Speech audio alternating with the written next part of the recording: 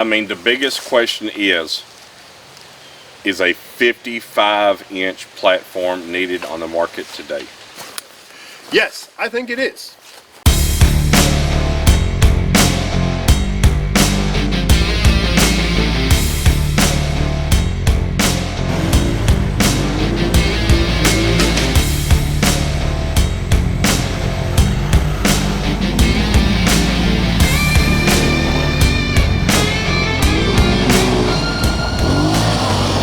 Alright guys, we're out for episode 4 on the Scrambler. Today we're out at our home trails. We wanted to run it against our Raptor 700s to kind of explore what sport quads used to be and what they've become. And I know what you're probably thinking, why aren't they running it against a Renegade 1000 XXC? Don't you have one? But we're going to save that video for one of our more traditional comparisons.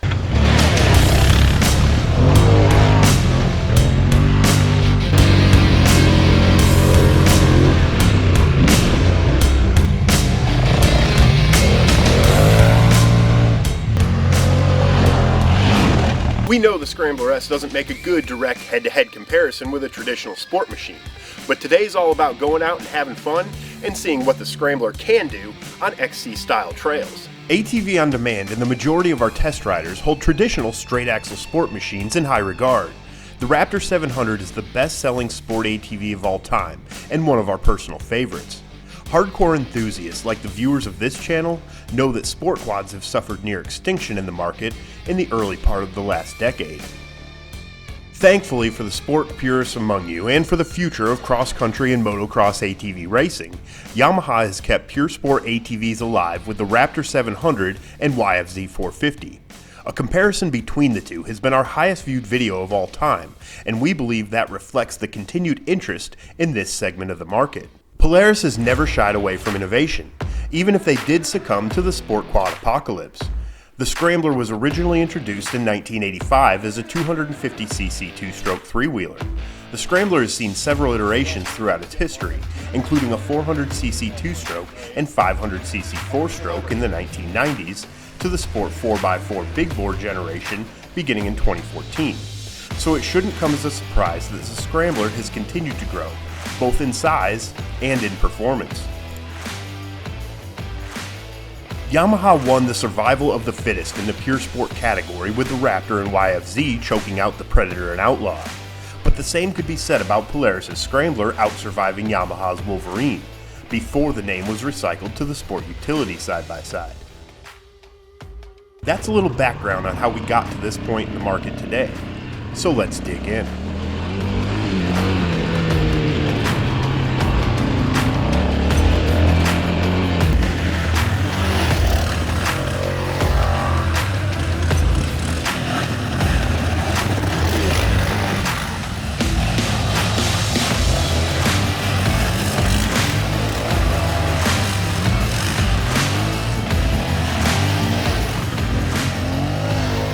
If you've seen any other episode in this series so far, or our original test, you'll know that the Scrambler is capable beyond anything we ever imagined a production ATV could be. Do you have anything to add? It's good. This bodes exceptionally well for enthusiasts who are consistently encountering extremely rutted or rocky trails, or even folks who like the idea of sending a 4x4 ATV on a short course. We hear over and over again from ATV enthusiasts that side-by-sides are ruining the trails, but the Scrambler can handle it. If you consistently find yourself frustrated by trail conditions, the XP 1000S models make a great mediator that can keep you on top of a machine instead of inside a cage. When the trails are more frequently visited by other ATVs, the Scrambler S's capabilities are a little overkill. Curvy bank corners and trail character that make sport ATVs exciting don't offer any resistance or challenge to the Scrambler S. Line selection on a sport quad is absolutely critical. When you're working with far less ground clearance than any 4x4 ATV, you have to learn to see the trail differently. The Scrambler simply balks at line selection like a notion of antiquity. So this is what we're trying to come up. Let's see if I can get a good angle on this. This rut right here on a pretty rocky hill gives us a super hard time on the sport quads. We haven't been able to make it. We've tried a bunch of times. We haven't been able to make it on any of the sport machines. So we built the go around, but this is one area where the Scrambler definitely sets itself apart, because this would be a trick for any four-wheeler. Go ahead.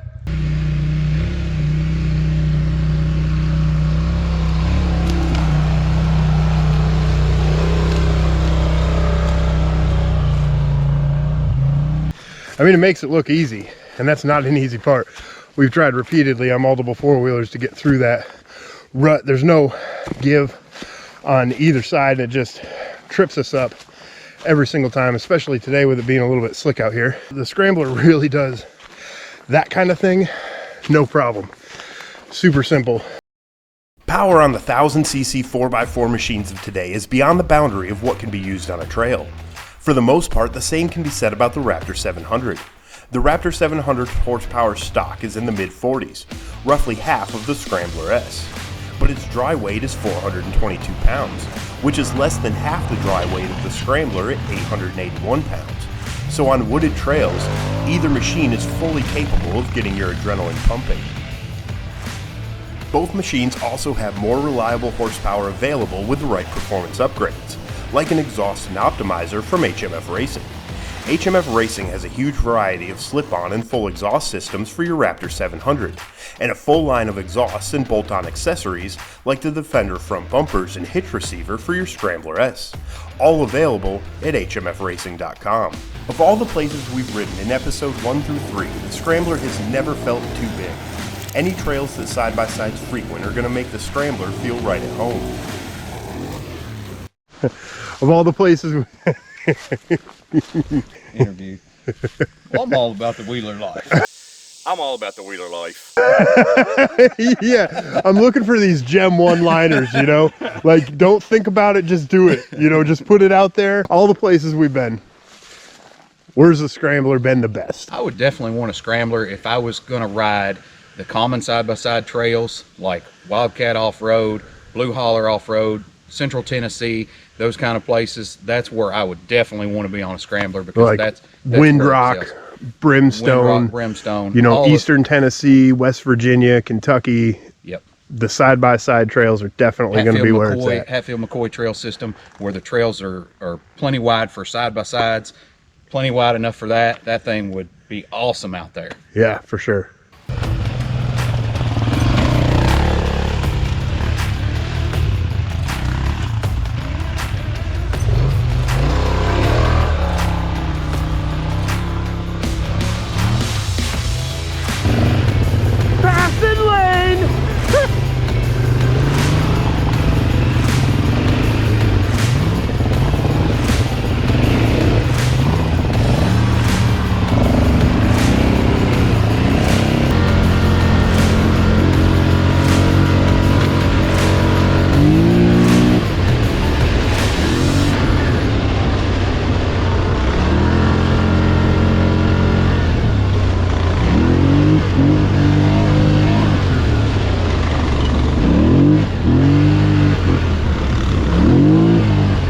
So out here on our sport quad trails, they're sport quad trails. I mean, it's in the name.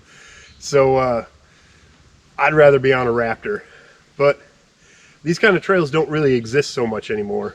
You know, the bigger parks and everything, we've talked about it kind of all day. The Scrambler really excels in a lot of areas. If you're lucky enough to have a riding area like this, then nothing beats a traditional sport quad, even though they're dying out. Sad to see. Yamaha's still got a couple out there, fortunately. But if you want to ride through the rougher, nastier, choppy stuff, we all agree that is where the Scrambler is definitely the new king of the frickin' terrain, for sure. On these trails, the Scrambler finally feels oversized, which is to be expected in tight woods. We knew we were taking it out of its element today, but we were still able to maneuver it through surprisingly tight and twisty trails. As long as the tires fit, maneuvering the Scrambler was never impossible.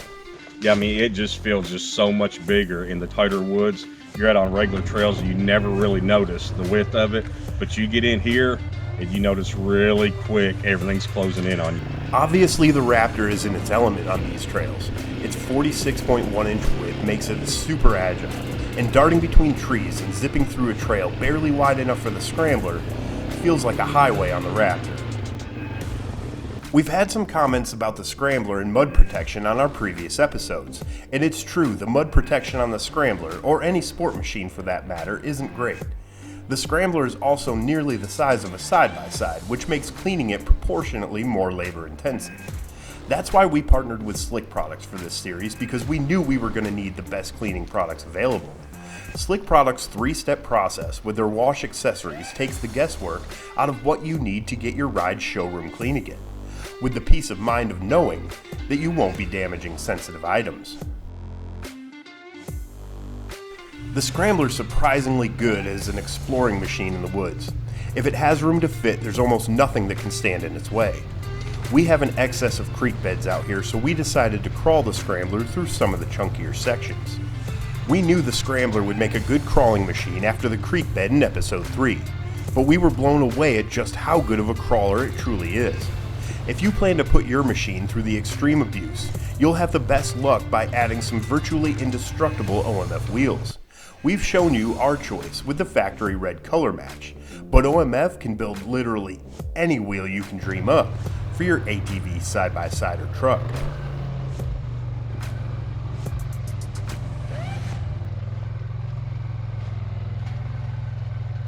So the Scrambler is a pretty confident and capable crawler, eh? Pretty impressive, really. Yeah. For the size of the rocks and stuff that we've crawled across today.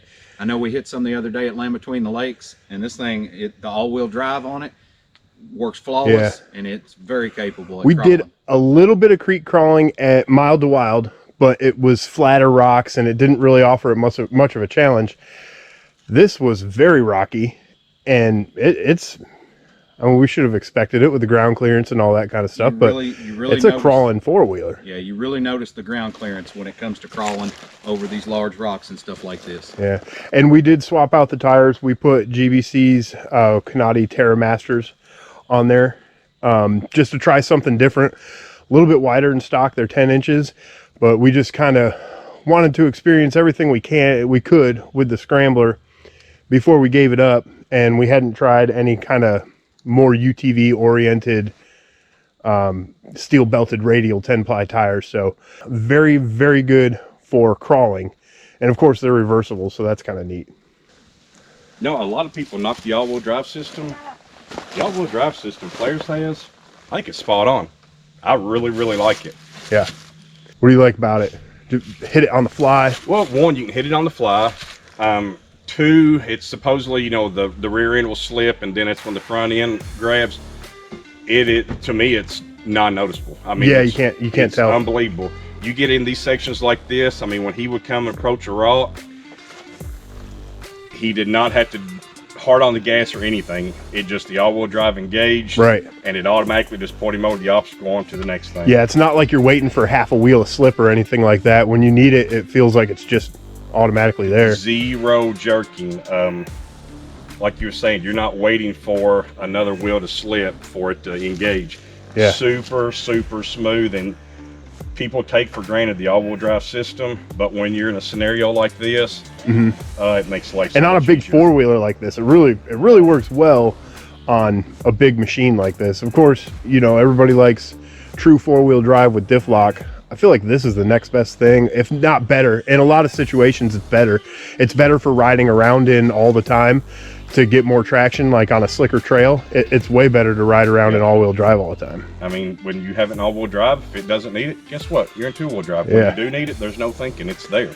Yeah, and it kind of resolves that the steering. We've noticed, you know, when you're going faster, it's a little bit oversensitive for what we like, but when it's an all-wheel drive, it kind of resolves that issue because the steering stiffens up just a little bit, but you had too much assistance in the first place, so it kind of makes it really, really good when it's in all-wheel drive.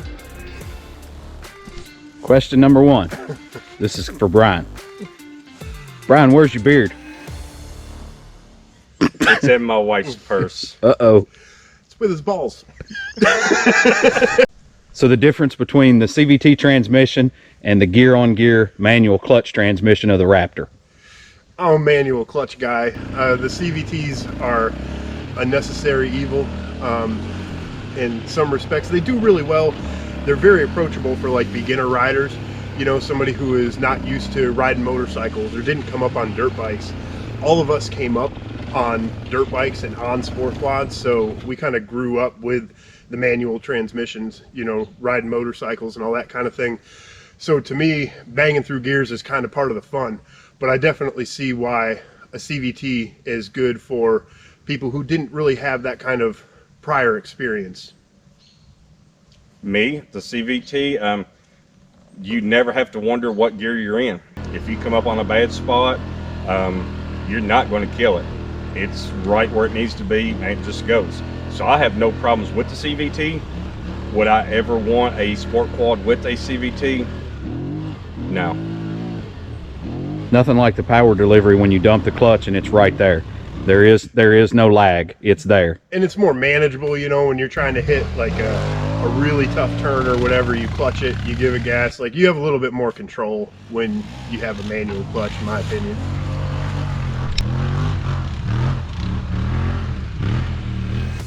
The Scrambler doesn't have engine braking, which is the way we prefer it, and it's only ever missed on the steepest descents. Fortunately, the Scrambler's brakes work pretty well for such a big and heavy machine, but the front and rear brakes can't be applied independently like they can on the Raptor. In most cases, the lighter, manually clutched machine with independent front and rear brakes is going to give an experienced rider more control. When braking the Raptor, the weight disparity between the two machines is certainly noticeable, and a manual transmission can be used to add some engine braking if it's ever needed.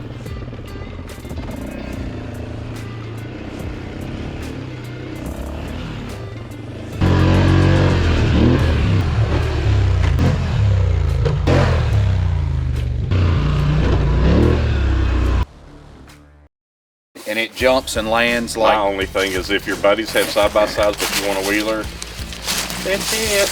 Yeah. Even though we've already...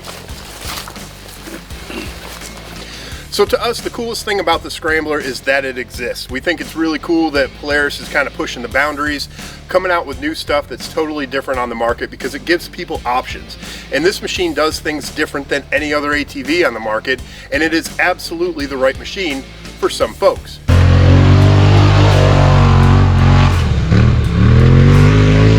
But we're also seeing a lot of criticisms in the comments. Hey man, what you doing in there? I was just going through the opinions of guys who ain't ridden this thing yet. Ooh. And most of that's tied back to what the Scrambler was. A 48-inch wide, potential XC racer with a few modifications. So would we like to see the 48-inch wide Scrambler with 1,000 cc's and premium suspension back on the market?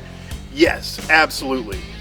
We like the standard width machines, but that doesn't mean that this machine isn't one of the most capable machines ever to come on the market, because it absolutely is. So our biggest criticism of the Scrambler is not with the Scrambler itself, it's more about the market. The Scrambler costs nearly $15,000. Is it worth it? Yeah, it probably is. For what you get compared to what else is on the market, the Scrambler is a $15,000 four-wheeler. But what we feel like the market is forgetting is what put it on the map in the first place. The younger generation and blue-collar workers. Can everybody afford a $15,000 four-wheeler? Probably not. That's why we miss some of the solid axle sport quads that younger folks and people who made a little bit less money would be able to go out and afford. And there's a huge market for an affordable machine. A market that we think isn't currently being filled. So at the end of the day, we had a blast on the machine. We learned a lot about it, and we had none of the mechanical failures that some of you told us that we were going to have through the series. No issues with belts, clutching, anything like that. We did use the appropriate gear every time we were in a situation that called for it. FYI.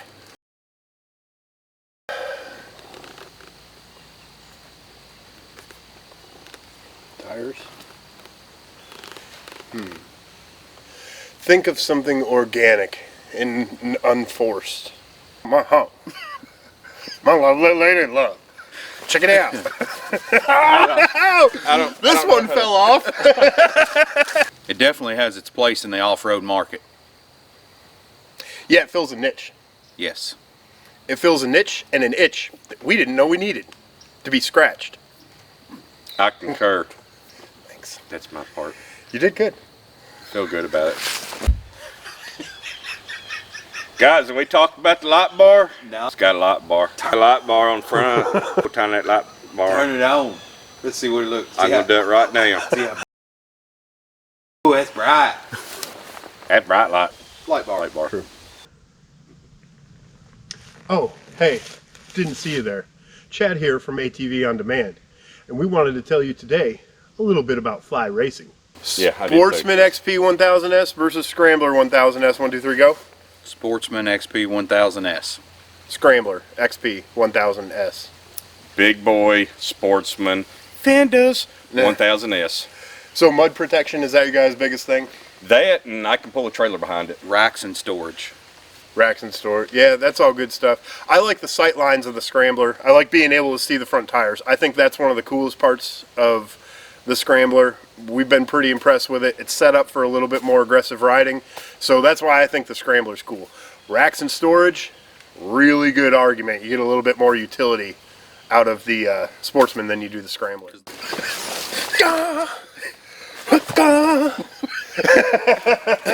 Oh, what's my Yellow Ranger? What's she do? That's true. She takes the little thing, spins it, stabs it in the ground, and it's like... It's like... All right, that's a wrap for the Scrambler S series on ATV On Demand. Truly appreciate everybody checking out the video. We know this is a little bit of a departure from the kind of things that we normally do, but we had a blast making this series, and we hope you enjoyed watching it. Nailed it.